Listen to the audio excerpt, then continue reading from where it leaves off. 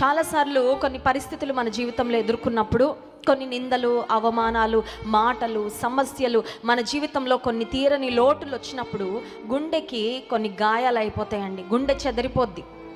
గుండె చెదిరిపోయిన సమయంలో ఎట్లా ఉంటుందంటే, మళ్ళీ ఇంకా నా మనస్సు మళ్ళీ మంచిగా రాలేదండి, కోల్పోయిన ఆ ఆనందం, సంతోషం ఇంకెప్పుడు నాకు తిరిగి రాదనిపిస్తుంది. ఐఎమ్ బ్రోకెన్ హార్టెడ్, నా గుండె పగిలిపోయింది, నా గుండె చెదిరిపోయింది అన్న స్థితిలోకి కొన్నిసార్లు మన జీవితం వెళ్ళిపోయినప్పుడు దేవుని వాక్యం మనకిస్తున్న అభయము, దేవుని వాక్యం మనకిస్తున్న ధైర్యం ఏంటంటే, మన దేవుడు గుండె చెదరిన వారిని బాగు చేయువాడు, వారి గాయములు కట్టువాడు. 2 మాటలు ఇక్కడ కనబడుతున్నాయి. ఒకటి బాగు చేయుట, రెండవది కట్టుట.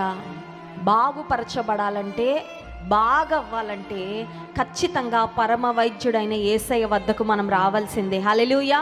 ఉదయకాల సమయంలో శుభవార్త ఏంటంటే, బాగుపరిచే దేవుని దగ్గరికే మనం వచ్చాం.